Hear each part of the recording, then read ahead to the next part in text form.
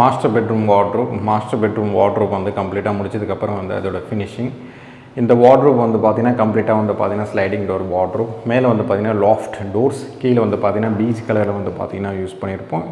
இந்த ஸ்லைடிங் டோரில் வந்து பார்த்திங்கன்னா நம்ம ஃபுல் லென்த் மிரர் வந்து பார்த்திங்கன்னா ஃபிக்ஸ் பண்ணியிருக்கோம். ஆக்சுவலாக வந்து பார்த்திங்கன்னா டோருக்கு வந்து உங்களுக்கு வந்து கம்மியாக வந்து தெரியலாம், பட் இது வந்து நல்ல பெரிய மிரர். இது 3 feet வந்து பார்த்திங்கன்னா ஓவராலாக வந்து பார்த்திங்கன்னா இருக்கும். ஹைட் வந்து பார்த்திங்கன்னா 6 feet கிட்ட வந்து பார்த்திங்கன்னா இருக்கும்.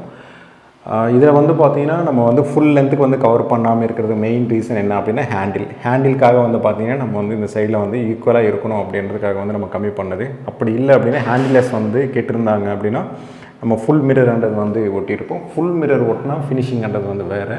நம்ம சென்டரில் மட்டும் மிரர் ஒட்டுறோம் அப்படின்னா அதோட ஃபினிஷிங் வந்து பார்த்திங்கன்னா நீங்கள் கம்ப்ளீட்டாக வந்து பார்க்கலாம்.